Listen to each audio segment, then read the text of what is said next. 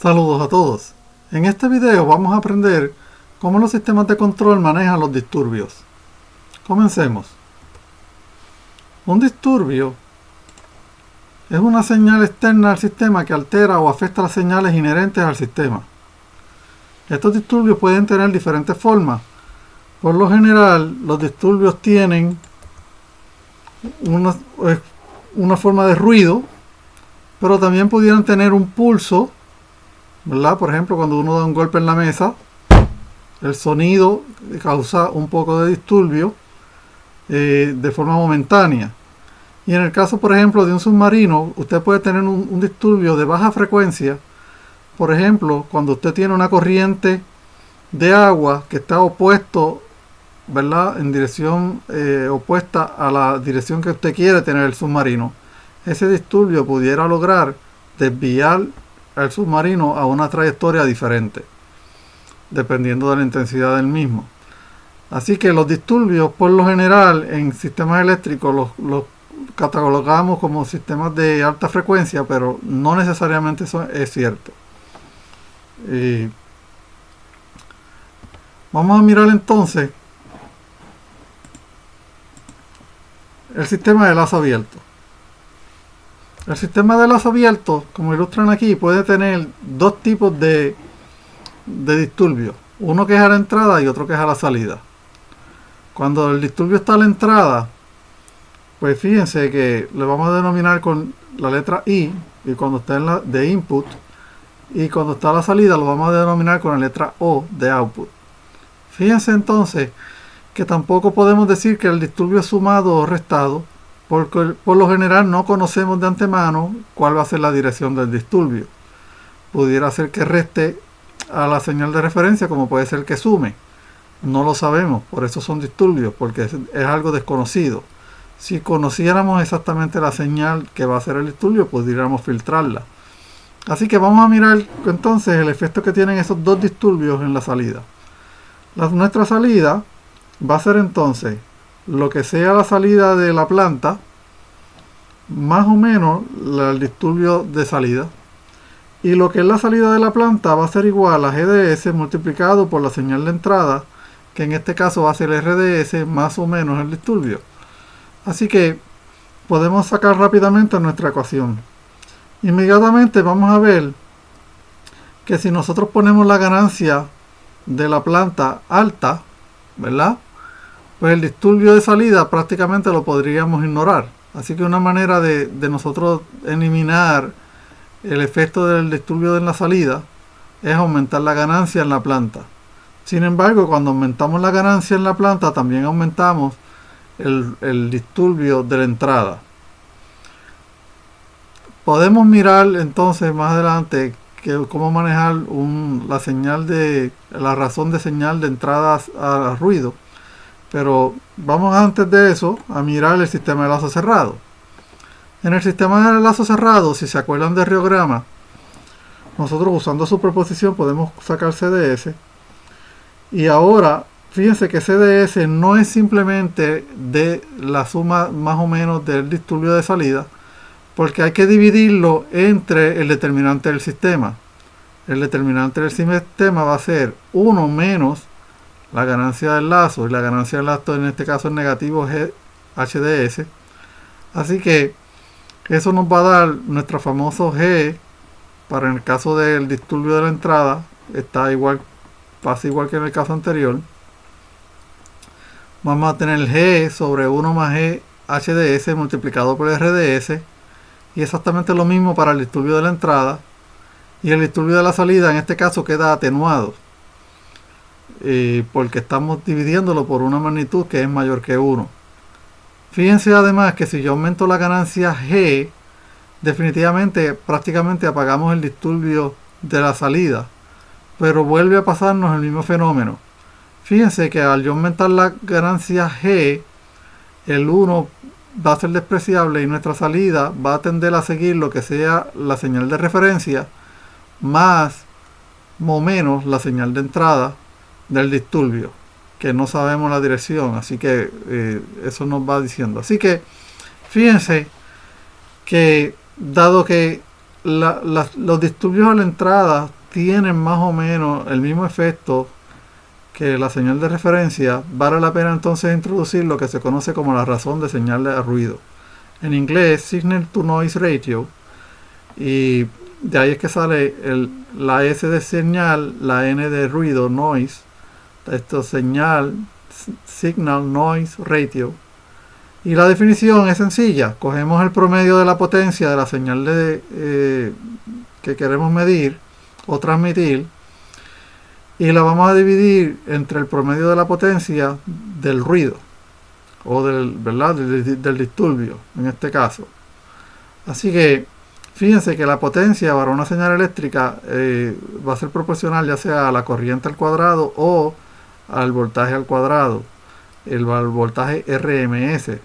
Así que es como yo mirar la amplitud, elevarla al cuadrado y compararla contra la amplitud del ruido que tenemos de base en el fondo, como se ilustra aquí.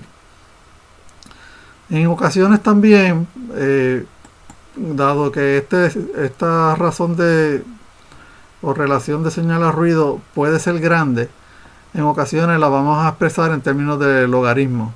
No va a ser tema de este video, pero es bien posible que lo vea en términos de decibeles. Y el decibel por definición es 10 veces el log decibeles, ¿verdad? El del Bell es una unidad que viene por el Graham Bell, que en comunicaciones pues no fue el que notó y hizo la observación de las potencias. Así que deci de 10 y bells del apellido de Graham Bell, decibeles. Y otra vez, como estamos elevando la amplitud al cuadrado, pues fíjense que es lo mismo que multiplicar 10 por 2, que sería 20 el log de la amplitud, que es una de las formas más comunes que las que se ilustran los decibeles, por definición. De todas maneras, ¿qué es lo que es práctico? Vamos a mirar algo del rango. Una señal de Signal to Noise Ratio entre 0 y 6 prácticamente no sirve. Esta señal no se puede distinguir. Si el ruido ¿verdad? Fuera una sexta parte de la señal, pues no vamos a poder sacar la señal de forma que podamos identificar la señal. Si está entre 6 y 9, podemos conseguir, es como si usted estuviera tratando de sintonizar un radio y la emisora va y viene, o su celular cuando entra a un sector donde no tiene señal, está en medio de una llamada, usted va a escuchar la voz entrecortada. Cuando eso ocurre es porque el Signal to Noise Ratio, la señal se debilitó y el ruido de fondo se mantiene más o menos igual y por lo tanto la ganancia de esta razón se vuelve inestable. Entre 10 y 18 es el mínimo aceptable, no es recomendable. Y entre 20 y 100 se puede decir que tenemos una conexión buena. Y cuando tenemos una ganancia sobre 100, pues la conexión es excelente. Para aplicaciones de audio, pues podemos hablar de que esperemos que tengamos una señal de señal a ruido de por lo menos unos 200 a 400 para que la calidad del audio sea muy buena. Vamos a ver cómo se ve esto en gráfica. Bueno, aquí está ilustrado la señal azul es la señal de ruido. Fíjense que la magnitud del ruido son 10 milivoltios y la señal a la que le estamos añadiendo el ruido es de 1 voltio. Así que en efecto está 100 veces por debajo el ruido. Para poder ver inclusive el ruido, lo que hicimos fue que cambiamos la escala a la cual se ilustra el ruido. Porque si lo hubiésemos puesto a la misma escala de acá arriba, prácticamente el ruido es despreciable. ¿Ok? Entonces, esta color violeta, color rosada, dependiendo de cómo usted esté mirando, es la señal ruidosa. La señal limpia es la señal amarilla. Vamos a apagar un poquito el ruido, ¿verdad? Ya estamos en la misma escala.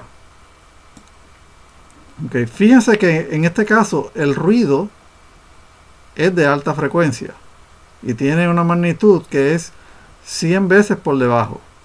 ¿Qué va a pasar si nosotros cogemos y lo ponemos una razón de 50 en lugar de 100, que es de 50? Esto, la señal es 50 veces más grande que esta que tenemos aquí.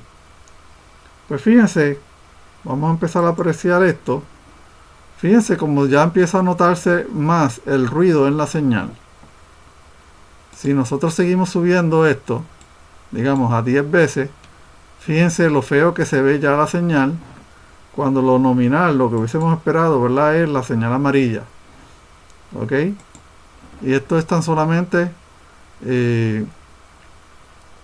la mitad, ¿verdad? Tenemos allí que la señal es dos veces la señal de ruido, la señal. Así que vamos a mirar qué pasa.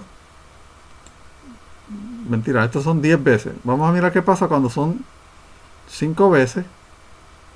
Signal to noise ratio igual a 5. Miren qué fea se ve esa señal. Y miren en efecto la señal cuando si el signal to noise ratio es 2. Y algunos argumentarán que ustedes pueden ver el sinusoidal allí y que no realmente se pudiera recuperar. El problema del ruido es que nosotros no sabemos exactamente cómo se va a ver el ruido. Y este ruido pudiera ser de una frecuencia más bajita. ¿Ok? Y entonces, ya cuando estamos bregando con frecuencias más bajitas, esta es la misma onda, la misma frecuencia en ruido. Y vamos a coger ahora y ponerle 200. Fíjense que si yo quito la referencia, prácticamente nosotros no podemos ver la onda, todo porque bajó la frecuencia. Naturalmente, ¿qué pasaría si fuera más que un 10%? ¿Verdad? O sea, en otras palabras, tengo 100 veces, el signal to noise ratio aquí son 100. Fíjense que la onda se puede rescatar, pero en la medida que nosotros vamos subiendo, ahí va 50, ahí la tenemos en 10, el signal to noise ratio, ahí la tenemos en 5, ahí lo tenemos en 2. Vuelve a ocurrir el fenómeno de que va a ser bien difícil identificar la onda. Así que fíjense que la frecuencia del ruido, dependiendo qué tipo de frecuencia vamos a tener en el ruido, si va a ser bajita o alta, va a afectar mi señal.